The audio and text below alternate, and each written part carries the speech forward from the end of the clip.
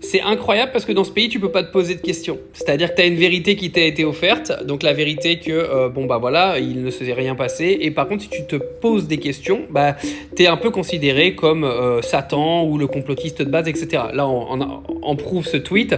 Fascinant, plus c'est débile, plus ils y croient. Et le tweet en question, c'était Candace Owens a consacré l'épisode 2 à Macron.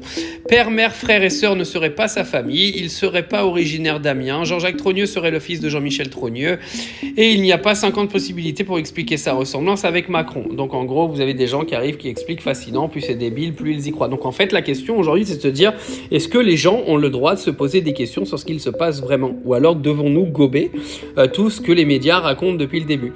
En fait, ça me sidère. Parce que qu'il y a des gens qui se posent la question de savoir si la Terre est plate, qu'on les enferme, je comprends bien. Parce que ça a été prouvé par A plus B, etc.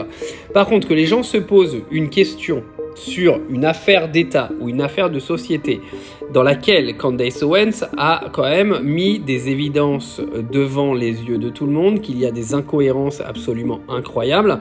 Et donc les gens qui vont se poser des questions pour savoir si toute cette fausse histoire qui a été inventée ou toute cette histoire qui a été inventée sur le couple Brigitte Macron-Emmanuel Macron serait un mensonge, ces gens-là en fait n'ont pas le droit de se poser la question.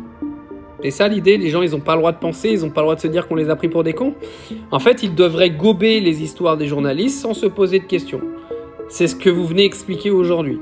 C'est-à-dire que vous, en gros, interdisez la liberté de penser des gens et la liberté de se poser des questions légitimes en les insultant, en les faisant passer pour des dégénérés complètement psychopathes. Bah ouais, mais c'est la société d'aujourd'hui. Hein. Mais continuez parce que les gens vont s'en poser de plus en plus du coup.